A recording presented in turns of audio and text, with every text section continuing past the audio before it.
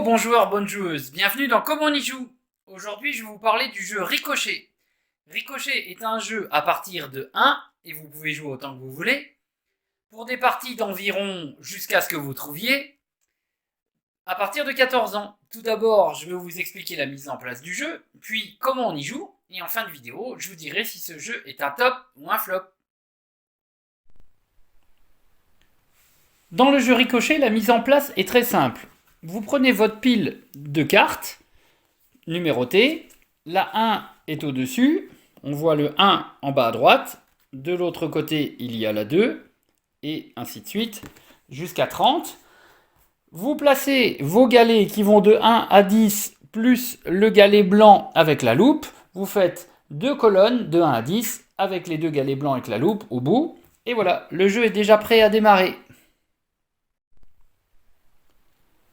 Mais quel est le but du jeu dans Ricochet? Dans Ricochet, vous avez des cartes avec 25 mots.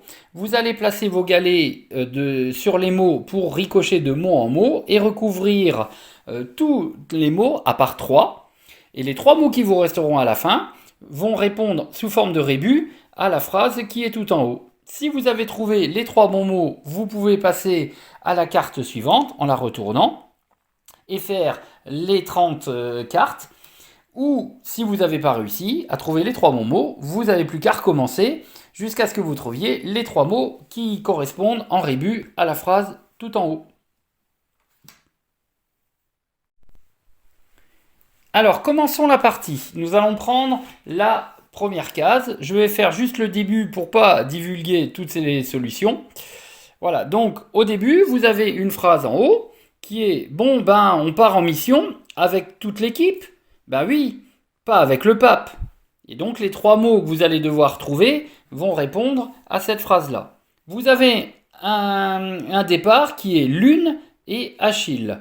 Donc vous allez poser les 2 jetons numéro 1 sur 2 mots. Un mot qui va répondre à Lune et un mot qui va répondre à Achille. Mais il faut que ces 2 mots soient sur la même ligne ou sur la même colonne.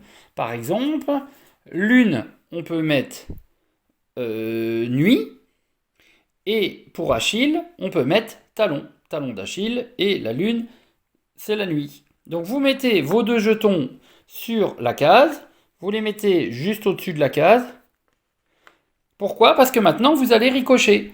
Donc vous allez essayer de chercher un mot qui maintenant répond à nuit et un mot qui répond à talon.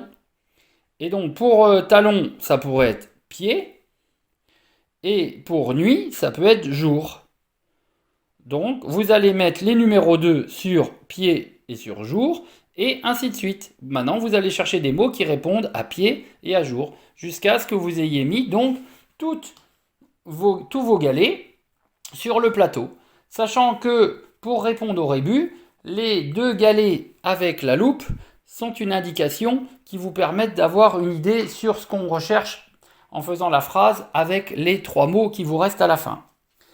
À chaque fois, il y a une instruction marquée en haut. Donc appuyez-vous sur l'indice contextuel donné par les galets blancs pour résoudre le rébus final. Voilà, il vous explique que vous pouvez utiliser les 2 mots que vous avez recouverts avec les galets blancs. Et à chaque fois, il y a une aide. Par exemple, pensez aux synonymes, au contraire, au sens propre, au sens figuré, au lien direct et évident.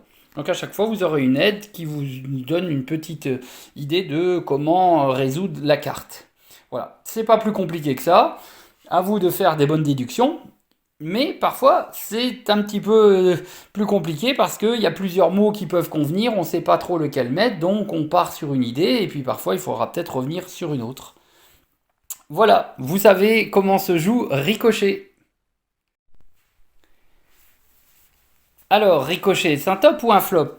Alors au début, ça peut paraître assez facile, parce que comme je vous ai montré, jour, nuit, talon d'Achille, tout ça c'est simple, mais au fur et à mesure, les mots peuvent se ressembler, avoir des synonymes ou des contraires dans la même carte, et c'est pas facile de faire le choix, donc parfois on est obligé de revenir en arrière pour arriver au bout, et puis plus les cartes avancent, plus ça se complique naturellement, donc parfois il y a des associations d'idées qui sont pas simples, c'est à vous de trouver quelle association d'idées a voulu faire l'auteur du jeu.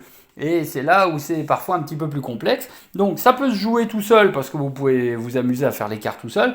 Nous on l'a fait à deux. C'est sympa de pouvoir aussi partager. Tu penses que c'est ça ou ça, et si on partait là-dessus, puis après on repart sur une autre idée, parce que parfois on n'est pas arrivé au bout avec les trois mots. Donc on est reparti un petit peu en arrière parce qu'on avait hésité entre deux mots. Voilà. Donc ce jeu est familial. Vous pouvez le jouer en famille, mais voilà, il est à partir de 14 ans parce qu'il faut quand même déjà un certain vocabulaire.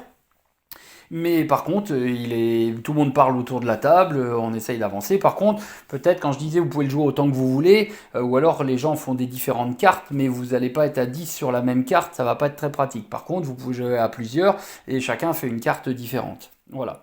Donc si vous cherchez un jeu assez rapide pour faire une carte ou plus de cartes si vous jouez plus longtemps, il n'y a pas de problème. Ce jeu devrait vous plaire. Si vous aimez jongler avec les mots, je pense que ce jeu va vous plaire. Il est fait pour vous. Il y a pas mal de recherches de synonymes, de contraires, de pluriels, voire d'associations d'idées, de compositions de mots. Voilà, et donc je pense que ça peut plaire à pas mal de gens qui aiment jouer avec les mots. Voilà. Et moi je vous dis à bientôt pour une nouvelle vidéo de comment on y joue.